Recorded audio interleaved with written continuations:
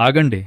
ఒక దేవి యుద్ధానికి ఖడ్గం కాదు, పూలతో చేసిన బాణాలు వాడింది అంటే మీరు నమ్ముతారా? ఆ దేవి ఎవరో తెలుసా? లలిత త్రిపుర సుందరి. పురాణాల ప్రకారం శివుడు లోతైన తపస్సులో ఉన్నప్పుడు ఆ తపస్సు భంగం చేయడానికి మన్మధుడు ప్రయత్నించాడు. కాని శివుడి కోపం భయంకరంగా మారింది. ఒక చూపుతోనే మన్మధుడు బూడిదిగా మారిపోయాడు. కాని అక్కడతో కథ ముగియలేదు. ఆ బూడిద నుంచే భండాసురుడు అనే రాక్షసుడు పుట్టాడు.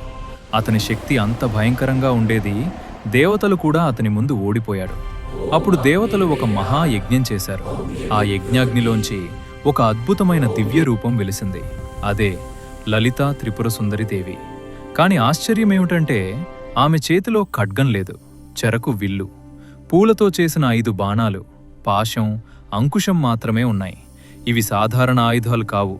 ఈ 5 బాణాలు మనిషి పంచేంద్రియాలను నియంత్రించే శక్తికి సూచకం.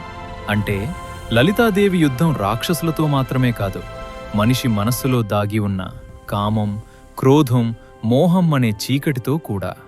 ఈ విషయం మీకు ముందే తెలిస్తే కమెంట్ చేయండి. ఇలాంటి మరిన్ని విషయాల కోసం సబ్స్క్రైబ్ చేసుకోండి.